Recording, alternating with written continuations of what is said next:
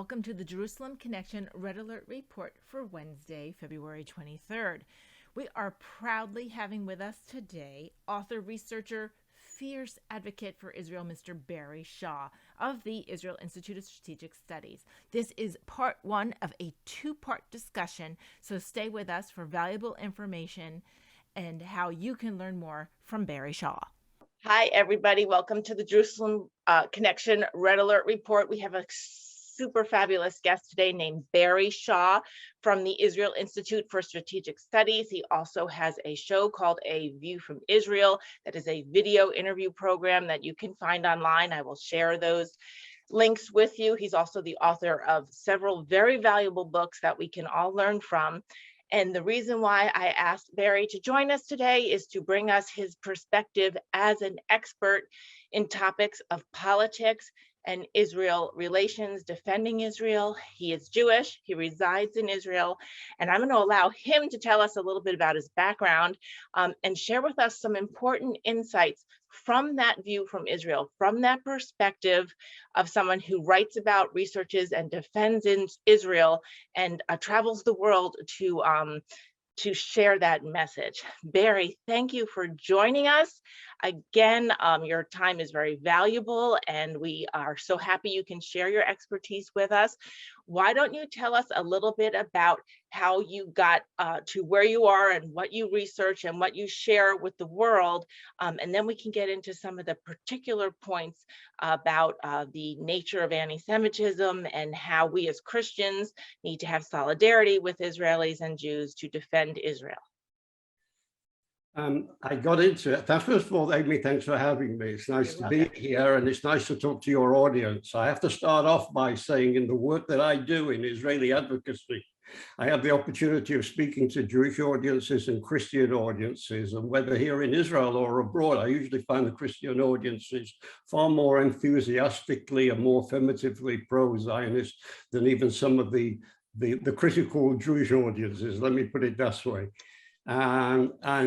This shows itself, maybe sometime in the show, later in the show, we'll talk about this, in my appreciation for the Christian support for Israel has found its way into at least a couple of the books that I've written. But I've got involved in advocating for Israel for several reasons. First of all, because in a previous life when I lived in Britain, I experienced anti-Semitism, which includes the usual trope of being told, you know, why don't you Jews go to Palestine where you belong? And now we've come full circle. We now live in a world where we say you Jews should get out of Palestine. It doesn't belong to you. So it's the story of Judaism for about 3,000 years. But I decided that time was come to actually educate and inform people about the lies and the fraud and the false narratives that are being preached against Israel.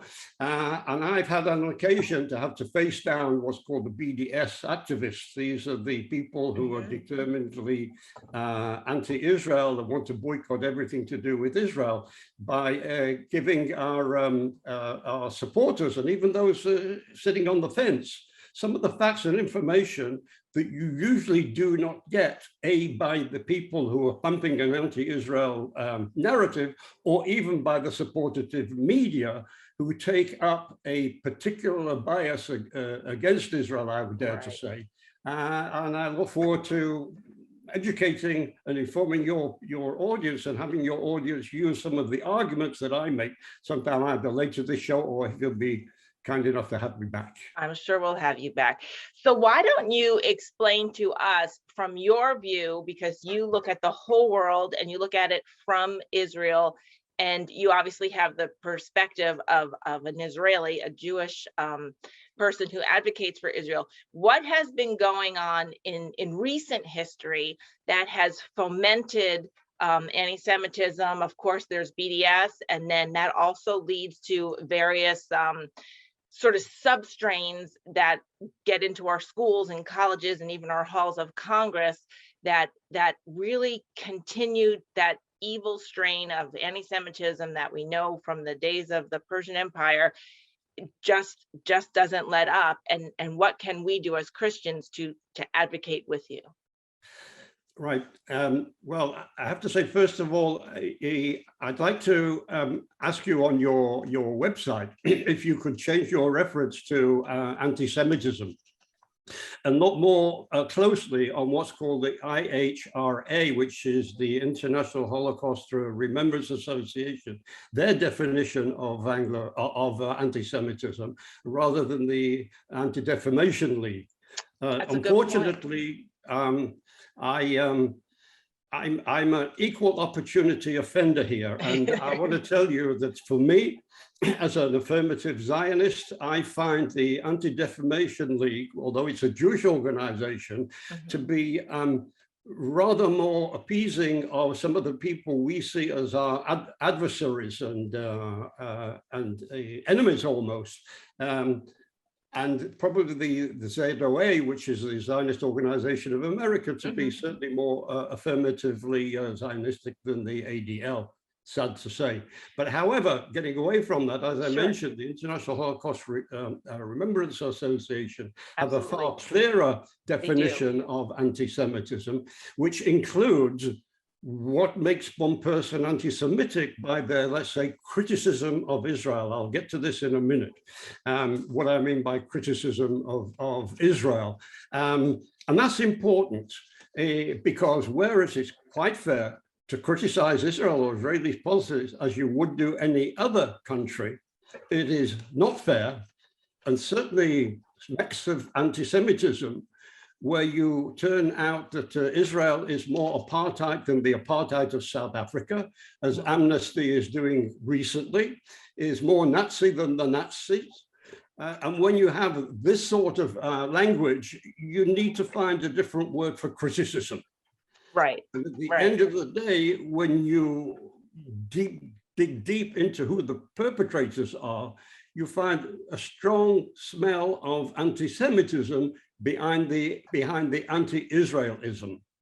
That's a great point, because the argument among the scholars in America, folks in universities and folks developing school level curriculums, is they keep saying that when supporters of Israel, Christians, Jews, or others who are pro-Zionism, say that there's anti-Semitism in this curriculum or in these statements, they quickly revert it to no, it's just a criticism of Israel, just like we criticize the American government or we criticize any government. And it's not true when you dig into what they start actually saying. Yeah, well, I mean, you find examples of this as, for instance, coming on to where things are right now in America, particularly even in Congress, where you have members of Congress saying that Israel is hypnotizing the world and it's all about the Benjamins. These are absolutely blatant anti-Semitic lies. Correct. And the fact that this lady, Ilhan Omar, still sits on the Foreign Affairs Committee and has not been reprimanded by Nancy Pelosi or anybody at the top of the Democrat leadership for her ongoing anti-Semitic remarks, this shows you where America is. And let's be honest, the Democrats are the party in power right now. And they do not, anti-Semites within their body and do not go unpunished. This reminds me of a situation we had several years ago where I was one of the critics of the British Labour Party, which was led by Jeremy Corbyn, who was saying identical things that you have coming from people in Congress in the Democrat Party. But it ended up with the British members of Parliament in the Labour Party, including Christians, not just Jews, Christians who had been leaders of the Labour Party, veterans of the British Parliament in Britain for 20, 30 years, who walked away from their party and gave up their seat in power because they couldn't stand the growing stench of anti-Semitism at all levels in the Labour Party. I haven't seen any sign of this at all in the Democrat Party. You're right. And I do remember witnessing what was unfolding in the Labor Party, and I reported it on this show, hoping that some of that fortitude from the particular members, Jews or otherwise, seeing just the injustice and the anti-Semitic nature of Corbyn's words would be a signpost to American Democrats and other members of Congress to say it's okay to stand up against this. But I think that we call them the squad here. That group is just too entrenched and they have too much power. And Pelosi's, I think she's scared of them because. Well, we have another example, by the way, is what we recently saw from here in America of a lady who is the main host on a program called The View, making horrendous anti-Semitic remarks. Yeah. And she had a little slap on the wrist after she made some sort of oblique sort of apology, which turned out to be more anti-Semitic than the thing she said in the first place. Right. But what she received was to go on a 2-week vacation to allow the waves to settle down. And then I understand she's already back. She's back. Heading to you again as Whoopi Goldberg. First of all, one thing she ought to do is change her name to original name, which I think was Karine Johnson or something like that. Right. And because she's culturally misappropriated a Jewish name, Goldberg. So she should hand that in and become true to herself. But on the other hand, I recall Roseanne Barr, who had perhaps one of the most successful comedy shows in American television, who made some silly joke about a black lady, but she lost her career completely. Right. Which shows the hypocrisy and the double standards at play here. That's exactly what it is. Barry, so when you look at the purview from where you are now, and I know you study American politics very closely, and you look back a couple of administrations, I mean, we have the Biden administration right now with a lot of folks from the Obama administration in there. We had 4 years of Trump, who, at least from what I understood and from my perspective, did good things for Israel. Maybe not everything perfectly, but had some good intentions. And then before that, we had 8 years of Barack Obama.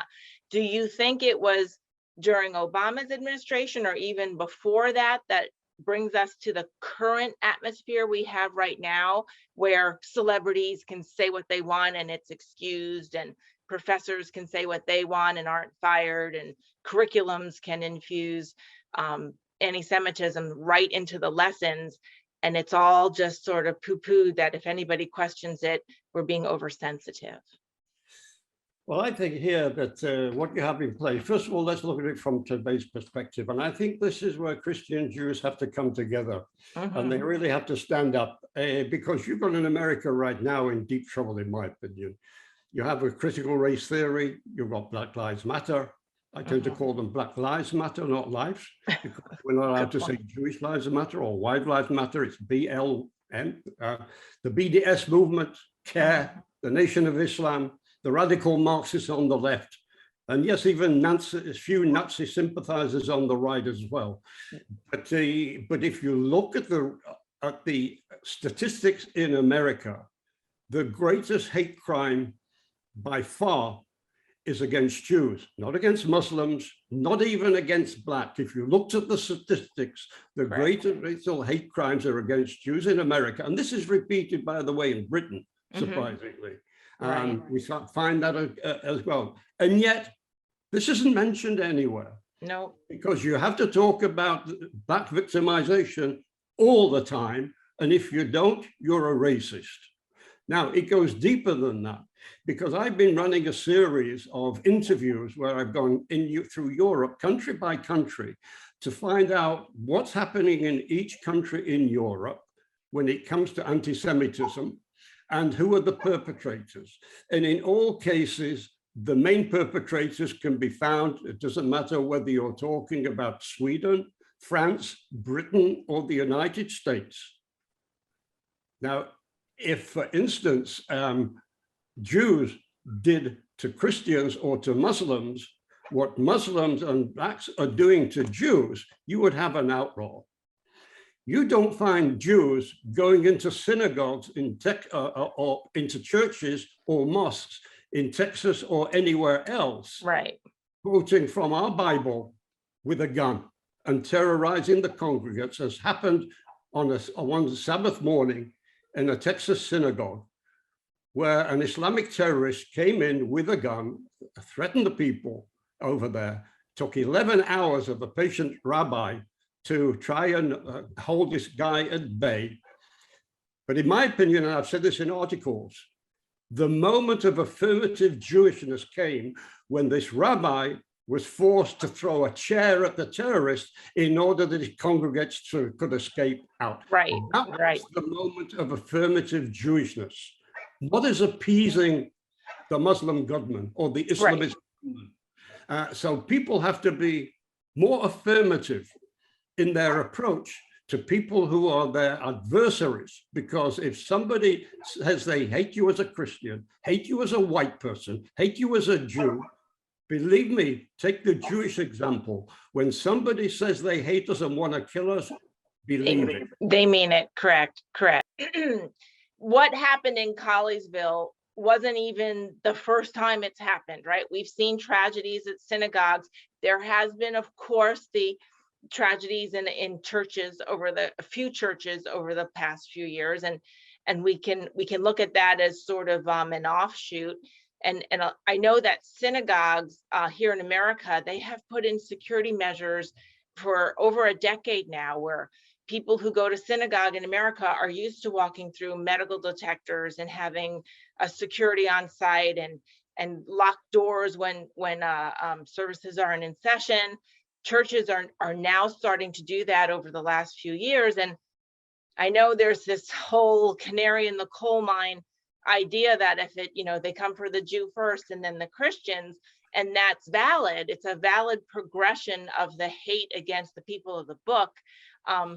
But at the same time, I personally don't want Christians to think that our solidarity and our advocacy for Jews in Israel is for our own self-preservation. I want to make sure that our viewers understand that our solidarity and support for Israel is biblically based, and it's out of love, and not first and foremost out of a priority for ourselves. And I know a lot of Christians will kind of take that perspective that we have to protect ourselves, and that means we have to protect the Jews. But I kind of reverse it. We protect the Jews because that's our mandate, and if the blessing is that we have some protection, that's okay. Where we come together, I think, is the fact that the rise that you're getting in America, which is deeply troubling, are people who do not agree with or accept what I call the 4 Fs that I think both Christians in America, Jews in America, and there's moderate Muslims say in America, even Asians. Those 4 Fs, in my view, are faith, family, flag, and freedom. If you examine each of those individually and collectively, you end up with people of a certain faith, doesn't matter what faith, but who believe in the founding principles of any democracy. And if you start hacking away at these 4 Fs, and people are rising to power who don't accept these 4 Fs, the family, faith, freedom, and the flag, which is pride of country, then you've lost your anchor. You've lost, in my opinion, your morality. And this is a dangerous thing that I see as and a lot of outsiders are viewing in America with great trepidation. So those 4 Fs that are being attacked, and you can elaborate or correct me, but I see that, coming from, excuse me, 3 different points of origin, and they intersect. So we've always had, at least for the last century or more, that neo-Nazi or neo-Nazi white supremacist element of anti-Semitism and fascism and oppression, and that's still alive today, and it's still a problem. It may not be the #1 problem, at least in America, but it's a problem, but it's also dejected by the culture at large. And then the other 2 tiers of it are sort of the woke or progressive movement, who veils those attacks on the 4 Fs in some sort of benevolence, like we're doing what's good for you. and then, believe it or not, sort of the radical Islamists, right? So just that the more radical strain of Islam that wants to, subjugate. And that's where I personally see a little bit of a marriage between wokeism or progressivism and Islam, the extremist Islamic movement, in that they'll join forces in some of these attacks on the 4Fs, as you say, which ultimately attack Israel as a state and Jewish people wherever they are, even if it's on a university campus in England or in Canada or in America. Now, this is exactly this is, as you mentioned, this is the point that we find, and I keep reporting on, is you have this alliance, this intersectionality between the Marxist left and the Islamists, and increasingly the Islamists are certainly outside of America, maybe parts of America, it comes from a religious origin. Take Iran, for instance. Take Hamas, take Hezbollah. These are steeped in the Islamic teachings in which to take the Jews and destroy the Jews. It goes back to Muhammad. But actually what's happened in America is the people who hate the Jews and hate Israel and hate America have been very sophisticated, is they have adopted now a secular form of Islamism and apply that against America and also apply it against Israel. Please tune in with us next week, March 2nd, for part 2 of our discussion with Barry Shaw. Don't miss out on the information, the ammunition he has for us to battle against anti-Semitism and anti-Zionism. We'll see you next week.